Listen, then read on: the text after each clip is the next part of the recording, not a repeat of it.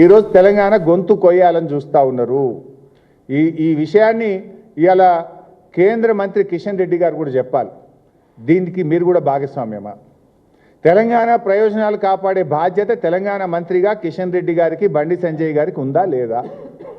Telangana BJP ఎంపీలు మరి తెలంగాణ హక్కులు కాపాడడానికి ముందుకొస్తారా రారా? ఇక్కడ ఇంపార్టెంట్ పాయింట్ ఏంటంటే, అసలు జిఆర్ఎంబి అనేది కేంద్ర ప్రభుత్వంలో ఒక చిన్న పార్ట్, ఒక వృక్షానికి ఒక ఆకు లాంటిది. అసలు జిఆర్ఎంబి కేంద్ర ప్రభుత్వానికి ఎట్లా నిర్దేశిస్తుంది? ఇక్కడ ఇంపార్టెంట్ ఏంటంటే మనం అర్థం చేసుకోవాల్సింది, ఆ రోజు నేను నీటిపారుదల శాఖ మంత్రిగానే ఉన్నాను.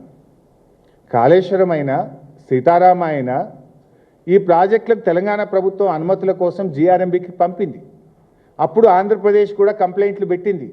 జిఆర్ఎంబి కూడా తన కామెంట్స్ను కేంద్ర ప్రభుత్వానికి పంపింది. వీళ్ళందరి పరిశీలించిన తర్వాత సెంట్రల్ వాటర్ కమిషన్, కేంద్ర ప్రభుత్వం మనకు టీఏసీ ఇచ్చింది. టీఏసీ అంటే ఇట్ ఈస్ నాట్ ఓన్లీ కేంద్ర జలవనరుల శాఖ. టీఏసీలో ఆర్థిక శాఖ ఉంటుంది, కేంద్ర వ్యవసాయ శాఖ ఉంటుంది, కేంద్ర ఎన్విరాన్మెంట్ అండ్ ఫారెస్ట్ శాఖ ఉంటుంది. అంటే కేంద్ర ప్రభుత్వానికి సంబంధించిన అతి కీలకమైన అన్ని విభాగాలు కూర్చొని అనుమతులు ఇవ్వడం జరుగుతుంది. అంటే కేంద్ర ప్రభుత్వం అనుమతి ఇచ్చింది. అది టీఏసీ అనే ఒక ప్రాజెక్టుకి వచ్చిందంటే దేశంలోని అత్యంత ముఖ్యమైనటువంటి శాఖలు, ఆ శాఖాధిపతులు అందరూ కూర్చొని టీఏసీ ఇస్తారు. ఒకసారి కేంద్ర ప్రభుత్వం అనుమతులు ఇచ్చిన తర్వాత నువ్వెవరు దాన్ని ప్రశ్నించడానికి, దాన్ని రద్దు చేయమని చెప్పే నీకు అధికారం ఉందా?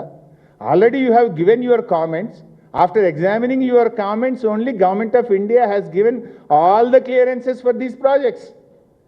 అసలు దేశ చరిత్రలో, భారతదేశ చరిత్రలో ఏ రాష్ట్రంలో కూడా అనుమతులు వచ్చిన తర్వాత దాన్ని రివ్యూ చేసింది కానీ దాన్ని రద్దు చేయమని అడిగిన చరిత్ర ఈ దేశంలో ఎప్పుడూ జరగలేదు.